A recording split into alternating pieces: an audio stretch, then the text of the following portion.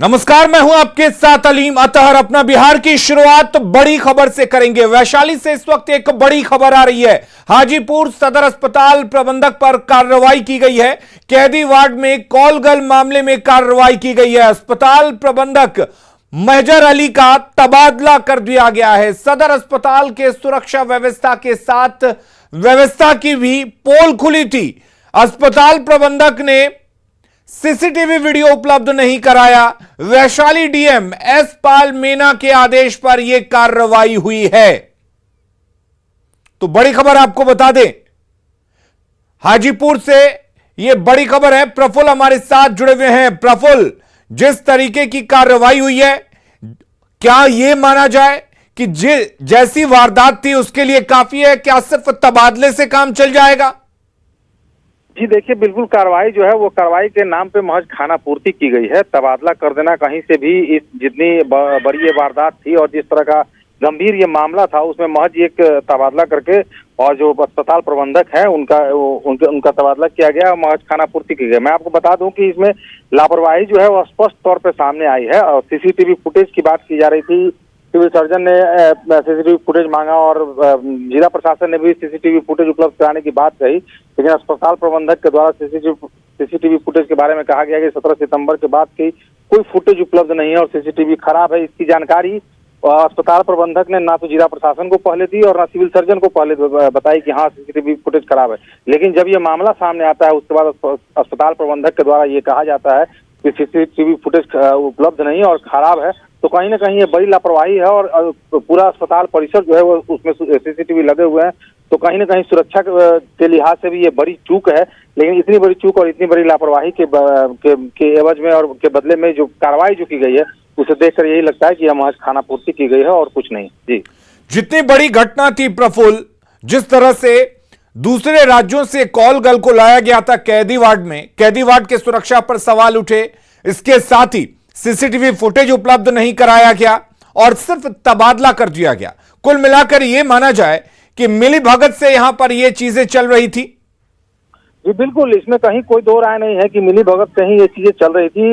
मतलब कोई वजह नहीं हो सकता है, कोई दूसरा कारण नहीं हो सकता है कि आप सीसीटीवी फुटेज उपलब्ध ना करा पाए और ये बाद में ये घटना हो जाए, उसके बाद आप ये बताएं कि सीसीटीवी काम नहीं कर रहा है। उसके पहले आपने कहीं किसी तरह की कोई बात नहीं कही, किसी पदाधिकारी को इसकी जानकारी नहीं दी, तो ये कहीं ना कहीं, और उसमें जो अस्पताल कर्मी जो महेश था उसकी भी गिरफ्तारी जो हुई है और चाबी उसके पास रहती थी जिसने वो कमरा मुहैया कराया था और बाहर से लड़की आई थी। तो कहीं ना कहीं ये पूरा नेक्सस जो है ये अब जांच के बाद सामने आ पाएगा। लेकिन अभी जो मामला जो सामने दिख रहा है उसमें कहीं ना कहीं अस्पताल में तो जो कर्मी तैनात हैं और जो लोग वहाँ पे रहते हैं उन लोगों की मिली भगत से इस तरह की घटना को अंजाम दिया जा रहा है। और आने वाले भविष्य में एक बहुत बड़ी सुरक्षा के लिहाज से अगर मैं बात कहूँ तो कैदी वार्ड है, अस्पताल के और सारे वार्ड भी होते हैं, तो उसमें सुरक्षा के लिहाज से भी ये बहुत बड़ी चूक है और कहीं ना कहीं सुरक्षा पर भी बहुत बड़ा सवाल है। लेकिन कार्रवाई के नाम पे सिर्फ उनका जो अस्पताल प्रबंधक है उनका तबादला कर दिया गया है और जिसको लेकर भी कई तरह के सवाल जो है वो उठने लगे हैं। जी चलिए, बहुत शुक्रिया प्रफुल्ल आपका तमाम जानकारी देने के लिए। मानसागर के पास की है। मृतक की पहचान बैजनाथ चौधरी के तौर पर की गई है।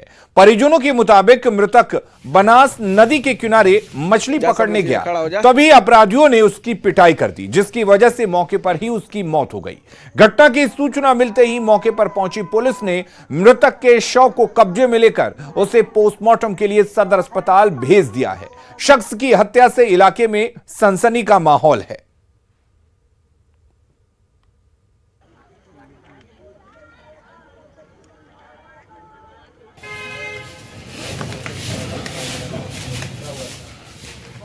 आई घूमे को रंजा मारदाना गांव से तो आके घर कहलन कि होइसे डेट कर बिलन, तो हम जाके भीड़ देखलन जा तो पूरा उनका रेथी बिछुंदर पर मार, तो मन इनका सर पर मारल बा, शरीरों पर निशान बा ना हो सब मार के पीछे जा देल बा।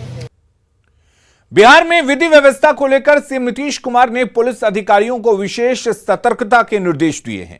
दुर्गा पूजा और आगे के त्योहारों को देखते हुए सीएम नीतीश कुमार ने पुलिस अधिकारियों के साथ समीक्षा बैठक की, जिसमें समाज में शांति व्यवस्था बनी रहे इसके लिए विशेष निर्देश जारी किया गया है।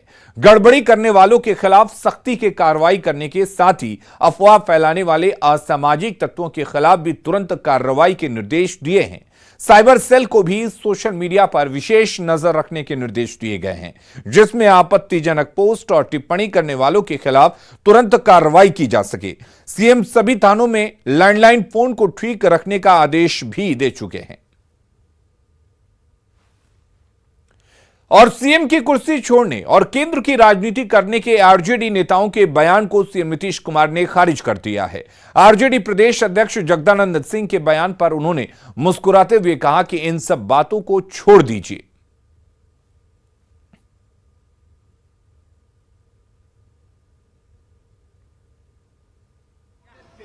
बात आई कहां से? फिर कहाँ ये सब काहे ना चिंता किए हुए थोड़ी बात आई कहां से? फिर कहाँ ये सब काहे ना चिंता किए हुए थोड़ी। और नीतीश और तेजस्वी पर बीजेपी ने पलटवार किया है। बीजेपी सांसद सुशील मोदी ने बयान दिया है, पीएम बनना चाहते हैं नीतीश कुमार और सीएम बनना चाहते हैं तेजस्वी यादव। दोनों के मन में पीएम सीएम की बात है। अगर इच्छा नहीं है तो विपक्षी एकता में क्यों लगे हैं नीतीश कुमार? आरजेडी जेडीयू में है डील, तेजस्वी जल्द बनेंगे सीएम। बीजेपी के राज्यसभा सांसद और बिहार के पूर्व डिप्टी सीएम सुशील मोदी से। सुशील जी, बिहार के डिप्टी सीएम तेजस्वी यादव ने बयान दिया है कि हम कोई जल्दबाजी में नहीं हैं। नीतीश कुमार को लेकर भी उन्होंने कहा कि वो भी प्रधानमंत्री पद के लिए कोई जल्दबाजी में नहीं है, वो विपक्षी एकता की मुहिम में लगे हुए हैं। ये संदर्भ है जब जगदानंद सिंह के सवाल पर उनसे जब जवाब मांगने की कोशिश की गई। देखिए, दोनों लोगों के मन में तो है कि जल्द से जल्द पीएम बन जाए या जल्द से जल्द सीएम बन जाए, लेकिन ऊपर से कह रहे हैं कि हम जल्दबाजी में नहीं हैं, हमारी कोई आकांक्षा नहीं है, हमारी कोई इच्छा नहीं है। अगर इच्छा नहीं है तो विपक्षी एकता की मुहिम में क्यों लगे हैं? तो भीतर तो लड्डू फूट रहे हैं कि जल्दी से जल्दी बन जाए। और तेजस्वी को ये मालूम है कि 2025 में बिहार में बीजेपी की सरकार बनने जा रही है, तो अगर उनको सीएम बनना तो यही मौका है। वो 2025 का इंतजार नहीं करेंगे। कोई नहीं जानता है कि 25 के विधानसभा चुनाव में क्या स्थिति बनेगी, तो कौन होगा कि जो इंतजार करेगा अगले चुनाव का। तो जो इनका डील हुआ है उसके तहत तेजस्वी चाहेंगे कि जल्द से जल्द वो सीएम बन जाए, और उसी प्रकार नीतीश कुमार चाहेंगे कि वो किसी तरह से भी जोड़ तोड़ करके खिचड़ी सरकार के प्रधानमंत्री बन जाए। दोनों नहीं बन पाएंगे, एक अलग बात है। और देखिए, नीतीश कुमार कोई कच्चे खिलाड़ी नहीं है। जब तक कोई दिल्ली में कोई निश्चित कुछ नहीं हो जाएगा, कुछ कोई चीज कंफर्म नहीं है, और बिहार के मुख्यमंत्री की गद्दी छोड़ देंगे तेजस्वी के लिए, और दिल्ली में कुछ है ही नहीं, घूमते रहिए, विपक्ष की एकता करते रहिए, उसका क्या निष्कर्ष निकलने वाला है? तो नीतीश कुमार इतने कच्चे खिलाड़ी नहीं है। इसलिए लालू और नीतीश के बीच शाह और मात का खेल आगे आने वाले दिनों में चलने वाला है। लालू चाहेंगे कि उनके जीते जी जल्द से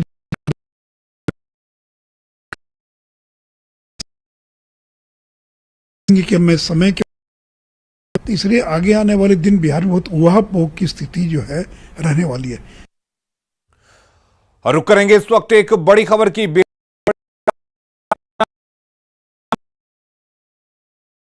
ने कार्रवाई की है। बंद पड़े घर से भारी मात्रा में कैश बरामद किया गया है। 19,43,000 रुपए बरामद।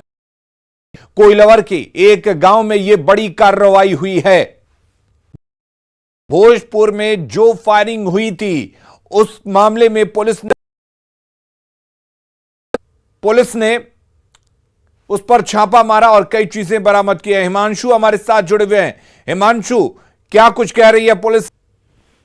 चलिए हिमांशु से जुड़ने की कोशिश करेंगे, लेकिन बड़ी खबर आपको बता दें, बेटा से बड़ी खबर है, जहां पर भोजपुर में हुई फायरिंग के मामले में पुलिस ने बड़ी कार्रवाई करते हुए एक बंद घर पर कार्रवाई की है, बंद घर पर दबिश दी है।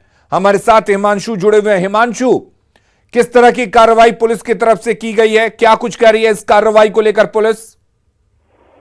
जी बिल्कुल, कोइलवर पुलिस या कहें कोइलवर पुलिस के साथ साथ भोजपुर पुलिस की ड्यूटी आई हुई थी। हमने 2 दिन पहले जो एक घटना घटी थी जिसमें 4 लोगों की हत्या भी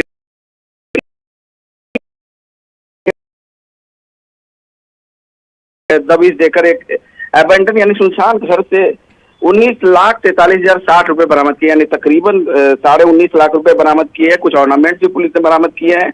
जिंदा कारतूस मिले हैं पुलिस को। इसके अलावा जिस जगह पे पुलिस छापेमारी जिस जगह पे पुलिस ने छापेमारी की उसी जगह बताया जाता है कि उस इलाके के जो सबसे बड़े बालू माफिया है सत्येंद्र पांडे गिरोह, उनका ठिकाना है। लेकिन वो लोग उनके वो न वो मिल पाए और न उनके कोई गुर्गे मिल पाए। लेकिन पुलिस ने कार्रवाई की और उस जगह से लाखों रुपए के साथ कई अन्य चीजें भी बरामद की है, जिसका खुलासा फिलहाल अभी पुलिस ने नहीं किया है। लेकिन ये भोजपुर एसपी ने बताया कि ये छापेमारी जो है अब लगातार चलेगी और बालू माफियाओं पर नकेल कसने के लिए जो कुछ भी होगा वो भोजपुर पुलिस करेगी। जी अनिल, जिस तरीके की फायरिंग की घटना सामने आई थी,